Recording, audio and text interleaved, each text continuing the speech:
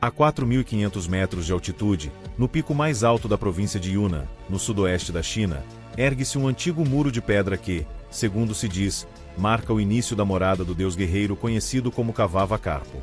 De acordo com as crenças do budismo tibetano, a partir desse ponto, a terra é considerada sagrada. E para os moradores locais, é uma fronteira que nenhum ser humano deveria jamais cruzar. Todos os anos, cerca de 20.000 peregrinos de todo o mundo tibetano visitam a montanha de Kaagarbo. Muitos deles percorrem a pé os 240 quilômetros da trilha que circunda sua base como parte de seus rituais de peregrinação. Mas ninguém realmente põe o pé nela. Aqueles que alguma vez o fizeram por curiosidade, nunca ousaram ir além desse muro de pedra, até que um inverno isso mudou. Em algum momento do final de dezembro de 1991, um grupo de 17 montanhistas cruzou o muro apesar da forte oposição e advertências dos aldeões. E em questão de dias, foram soterrados sob 300.000 toneladas de gelo e neve no que se tornaria o desastre mais mortal na história da montanha. Até hoje, há pessoas que acreditam que pagaram o preço por cruzar uma linha que nunca deveria ter sido transposta. Esta é a história deles. Em agosto de 1987, os moradores da aldeia de Yubon, situada na base da Cordilheira Nevada de Meili em Yunnan, começaram a notar que um grupo de pessoas desconhecidas aparecia na aldeia do nada. Pelo que podiam ver, essas pessoas haviam chegado com um monte de bolsas grandes e pequenas, montado suas tendas nas florestas próximas e não paravam de olhar para as montanhas como se estivessem explorando algo. Realmente ninguém sabia quem eram ou por que haviam vindo. Mas os aldeões, sendo tão hospitaleiros como sempre, os receberam com muito chá de manteiga tradicional e vinho de cevada produzido localmente. Mesmo assim, não passou despercebido que o grupo passava uma quantidade estranha de tempo tentando se conectar com os moradores locais e fazendo perguntas demais. Naturalmente, não demorou muito para que as pessoas começassem a se perguntar qual era a verdadeira razão de sua visita. A julgar pelo equipamento que carregavam consigo, alguns pensaram que talvez fossem cientistas ou pesquisadores de algum tipo. Mas quando alguém lhes perguntou diretamente, o grupo respondeu que estavam ali para escalar as montanhas nevadas de Meili. Embora soasse direto e justo, essa resposta foi na verdade bastante calculada. O grupo vinha do Clube Alpino Acadêmico da Universidade de Kyoto, no Japão, acompanhado por alguns montanhistas chineses. Seu objetivo era alcançar o cume de Kaagarbo, o que teria sido a primeira escalada bem-sucedida da montanha. E estavam ali para estudar o terreno e as condições. Mas sabendo quão sagrada era essa montanha para os moradores locais, não queriam causar problemas. Então, quando as pessoas perguntavam, simplesmente diziam que estavam escalando as montanhas nevadas de Meili. E isso funcionou, já que a maioria dos aldeões não estava familiarizada com esse nome. Só conheciam o pico principal, Kaagarbo. E para eles, todo o resto ali era parte do domínio do deus da montanha. E provavelmente nem sequer lhes ocorreu que Kaagarbo era precisamente o pico para o qual esses forasteiros haviam vindo. Por quase 2 anos, a explicação vaga foi suficiente para se safarem. Durante esse tempo, realizaram todos os tipos de estudos investigando a geologia, padrões climáticos, vida vegetal e animais ao redor da montanha, documentando tudo para sua suposta missão de pesquisa. Enquanto isso, também construíram uma conexão bastante sólida com os moradores locais e até conseguiram que 2 dos aldeões se juntassem à expedição, ambos pensando que estavam apenas ajudando um grupo de pesquisadores fazendo trabalho de campo nas montanhas. Além desses 2 moradores locais, a equipe completa de montanhismo tinha 17 pessoas, 12 das quais eram montanhistas e cientistas japoneses, e os outros 5 eram chineses. Aproximadamente 1/3 deles já havia escalado picos de mais de 8.000 metros, e o resto eram pesquisadores de primeira linha de todos os tipos de campos. Em conjunto, era uma das equipes mais experientes e qualificadas que jamais havia aparecido nessas montanhas. A única coisa que se interpunha em seu caminho eram as crenças profundamente enraizadas dos aldeões, que estavam convencidos de que qualquer um que ousasse desrespeitar Kaagarbo teria que enfrentar a ira da montanha. No início de 1990, havia começado a etapa final de preparação. Tudo o que esperavam era o sinal verde oficial do Conselho de Estado. Depois de rodadas de ida e volta, finalmente obtiveram luz verde em novembro daquele ano para escalar a Cordilheira Nevada de Meili. Mas justo nessa época, os aldeões de Yubon descobriram o que a equipe realmente estava planejando. E sua reação foi muito mais intensa do que qualquer um esperava. No momento em que ouviram que os montanhistas estavam prestes a pôr o pé no que consideravam a cabeça de seu Deus, algo que seus ancestrais haviam adorado por gerações, os aldeões e líderes religiosos tentaram de tudo. Primeiro, imploraram a equipe para parar. Quando isso não funcionou, as súplicas se transformaram em advertências. Disseram que a montanha não os perdoaria, que os faria pagar pelo que estavam prestes a fazer. Os montanhistas tentaram raciocinar com eles, dizendo que sua expedição na verdade poderia trazer dinheiro contratando mulas e cavalos da aldeia, e que se tivessem sucesso, poderia até impulsionar o turismo. Mas nada disso funcionou.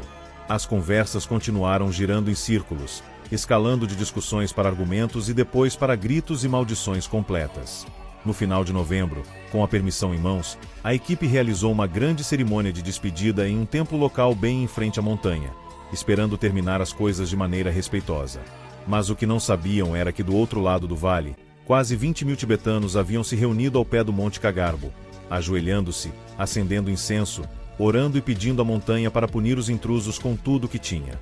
No 1º de dezembro de 1990, a equipe chinesa-japonesa oficialmente começou sua escalada do Monte Kagarbo.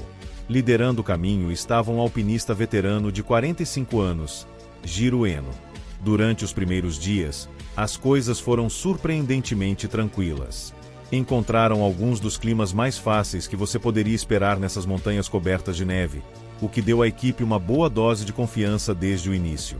Com condições majoritariamente secas, fizeram progresso rápido e estabeleceram seu acampamento base em torno de 3.500 metros. De lá, avançaram outros 300 metros até encontrarem terreno mais íngreme. Foi aí que fizeram uma pausa para se equiparem com grampos e outro equipamento técnico. E foi justamente então, durante essa pausa para o equipamento aos 3.800 metros, que 2 sherpas da aldeia finalmente perceberam o que estava acontecendo. Apesar de todo o intercâmbio acalorado na aldeia, esses 2 de alguma forma ainda haviam acreditado que a equipe estava ali apenas para pesquisa ou algum tipo de documentação. Mas quando viram os montanhistas colocando grampos, perceberam que os montanhistas realmente estavam planejando cruzar para território proibido e desrespeitar seu Deus. Os 2 sherpas voltaram imediatamente depois de adverti-los para não irem além do muro de pedra aos 4.500 metros porque era ali que a terra sagrada real começaria. Para os montanhistas, no entanto, 4.500 metros era exatamente onde haviam planejado estabelecer o acampamento 1. E foi justamente isso que fizeram. Sem hesitar, cruzaram o infame muro de pedra sobre o qual todos os haviam advertido e continuaram escalando para estabelecer o acampamento 2 aos 5.300 metros. Isso é 800 metros acima da chamada zona de perigo. E ainda não acontecia nada. O clima se manteve estável, e as condições não eram apenas gerenciáveis, eram boas. Não havia ventos repentinos, não havia neve instável, e nada daquela ira dramática que as pessoas diziam que Kagarbo desencadearia. Se as coisas se mantivessem assim por mais algumas semanas, chegar ao cume teria sido coisa feita. Mas então chegou a primeira rachadura que haviam visto até agora. E não estava no gelo, mas no próprio grupo.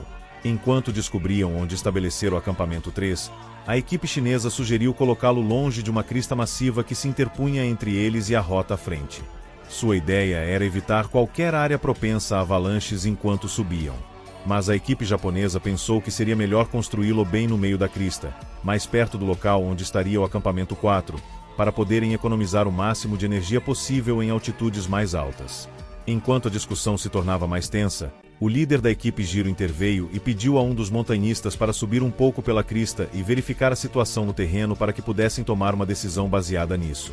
Mas o montanhista voltou pouco depois tendo encontrado névoa espessa e sem conseguir ver nada, sem maneira de avaliar as condições adequadamente.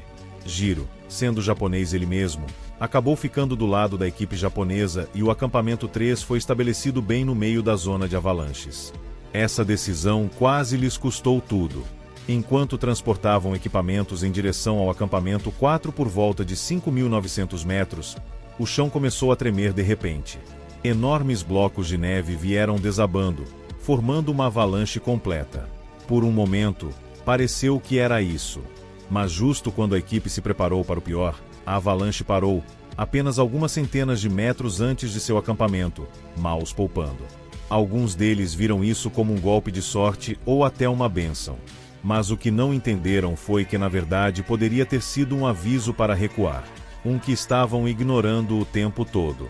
No dia 28 de dezembro de 1990, a equipe de montanhismo havia chegado ao acampamento 4. E com tudo no lugar, finalmente era hora de ir pelo cume. Os 5 montanhistas mais fortes e experientes foram agrupados. E ao amanhecer, começaram seu impulso final, carregando apenas equipamento e suprimentos suficientes para durar o dia. Por volta das 11h30 da manhã, um estalido veio através do rádio, dizendo que a equipe havia chegado à crista que levava ao pico principal, escalando constantemente cerca de 200 metros acima do acampamento 4. O cume ainda estava a pouco mais de 500 metros de distância, mas o caminho à frente parecia limpo, e embora as condições fossem duras, ainda pareciam gerenciáveis. Nada parecia fora de alcance ainda. Continuaram se movendo, cobrindo outros 270 metros, empurrando-se mais alto em direção ao ar mais rarefeito e céus mais silenciosos. Quando quase do nada, uma massa espessa e escura de nuvens começou a se formar no sudeste. No início, era apenas uma mudança na luz, como uma sombra lenta se arrastando no horizonte. Mas em questão de momentos, ganhou velocidade e começou a se dirigir diretamente para eles. A julgar pela rapidez com que se movia, parecia que a nuvem passaria igualmente rápido. Mas em vez disso, a formação massiva parou, pairando bem acima da encosta em que estavam. As temperaturas já frias caíram ainda mais, e mesmo dentro de seus trajes isolados grossos, o frio os atravessou diretamente, deixando os montanhistas tremendo incontrolavelmente. E então veio o vento. Rajadas uivantes e cortantes arrancaram a neve solta do chão e a arremessaram com tal força que os atingiu como vidro quebrado, picando cada pedaço de pele exposta. Durante os próximos vários minutos, a combinação de ventos brutais e frio que penetrava nos ossos se tornou tão insuportável que a ideia de escalar mais longe quase pareceu ridícula. Mas voltar descendo também não parecia muito esperançoso. Já nem conseguiam abrir os olhos, muito menos falar entre si e se comunicar enquanto desciam com segurança. Então, tomaram a decisão de ficar exatamente onde estavam e esperar que as coisas se acalmassem. Mas a tempestade não era o único problema. Sua comida quase havia acabado, e sua força estava desaparecendo. O tempo começou a se alongar. Os minutos pareceram horas, as horas como dias inteiros. Mas sabiam uma coisa com certeza: você não luta contra a montanha. Apenas se agarra e espera que ela o deixe ir. Só perto das 10 daquela noite a tempestade finalmente começou a se acalmar. O vento se acalmou o suficiente para que começassem uma descida lenta e dolorosa de volta ao acampamento 3, ficando apenas 270 metros aquém do cume. Claro, não estavam prontos para desistir. Uma vez que chegaram ao acampamento 3 e se reuniram com o resto da equipe, concordaram em esperar o clima. Estavam convencidos de que teriam outra chance, talvez no 1º de janeiro. Mas o ano novo veio e se foi, e os céus apenas ficaram mais escuros. Por mais 2 dias, a tempestade se recusou a ceder, e a montanha acima parecia mais impossível do que nunca. Talvez essas advertências que estavam ouvindo não fossem tão loucas afinal. Talvez realmente houvesse algo lá em cima com o que não deveriam se meter.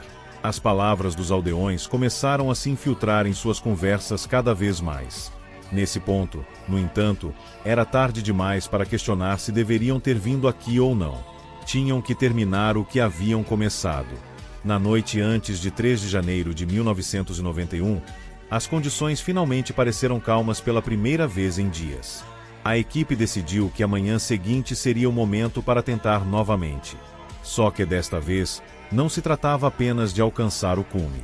Tratava-se de provar que a montanha e seus adoradores lá embaixo em Yubon estavam errados.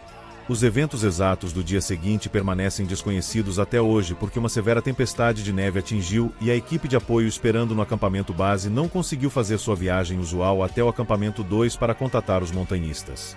Tudo o que se sabe é que em algum momento durante o dia, neve fresca se acumulou até aproximadamente 1,60 m, parando completamente seu progresso. Por volta das 10h30 da noite, a equipe de apoio finalmente conseguiu restabelecer contato com os montanhistas, que os informaram que a neve recém-caída era quase tão alta quanto uma pessoa. Foram aconselhados a continuar limpando neve de suas tendas a cada 2 horas, e essa breve troca foi a última vez que alguém ouviu deles. Na manhã seguinte, o acampamento base acordou com um silêncio incomum nos rádios. No início, pensaram que a equipe provavelmente ainda estava dormindo, exausta da noite anterior. Mas conforme mais tempo passava, a preocupação começou a se instalar. Quase todos na equipe de apoio pegaram seus rádios e começaram a gritar seus nomes. Mas nenhuma única resposta veio dos 17 montanhistas.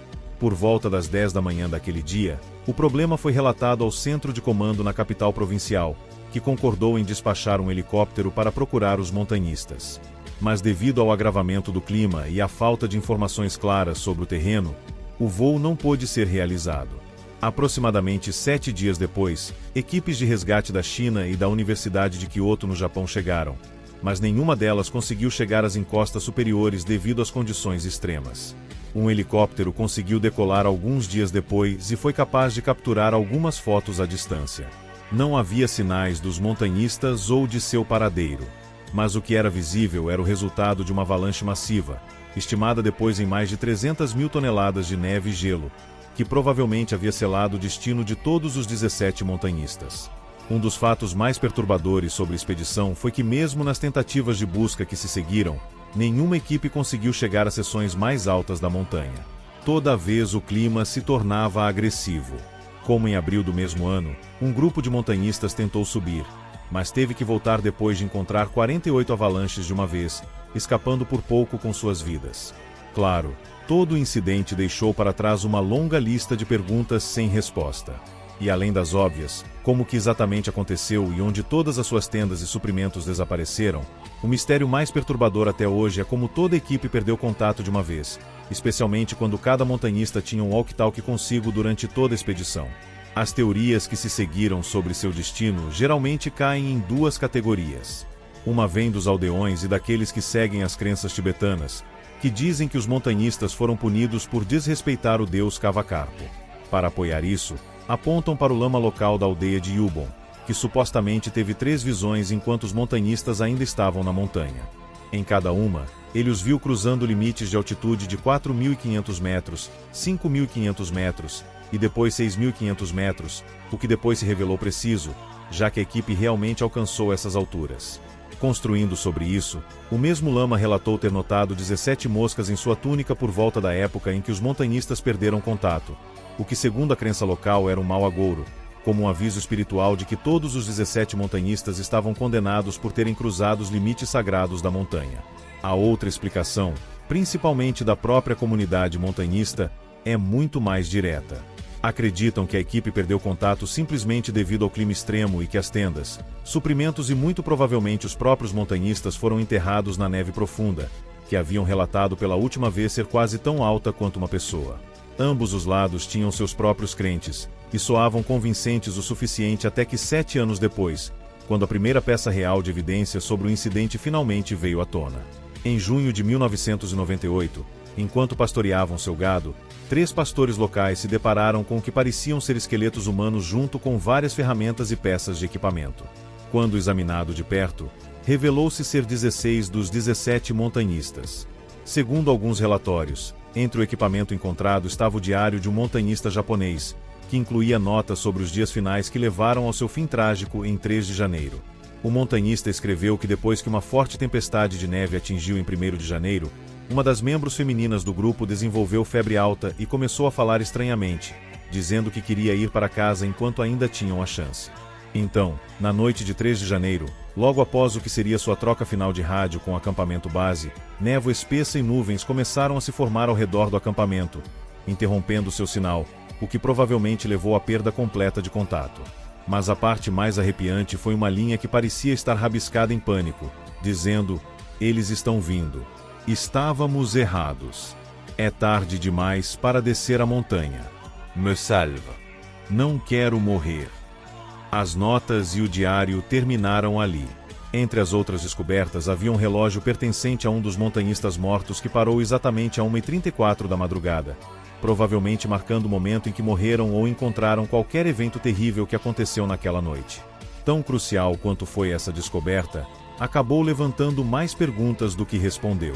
E mesmo agora, o incidente permanece como uma das tragédias mais desconcertantes e misteriosas na história do montanhismo. Alguns especialistas sugerem que as entradas do diário podem refletir sintomas clássicos de psicose de alta altitude ou delírio, algo que montanhistas frequentemente experimentam em condições extremas onde começam a ver coisas estranhas ou ter experiências estranhas baseadas em quaisquer medos ou pensamentos que já estejam no fundo de suas mentes. Neste caso, é possível que as advertências e a oposição dos moradores locais tenham entrado em suas cabeças. E com o clima piorando, esses pensamentos podem ter começado a parecer reais. Mas mesmo assim, ainda não há explicação sólida para o que exatamente aconteceu à equipe naquela montanha. Quanto à própria montanha, em 2001, as autoridades chinesas oficialmente proibiram a escalada nas montanhas nevadas de Meili. E desde então, o Monte Kagarbo permanece não escalado até hoje.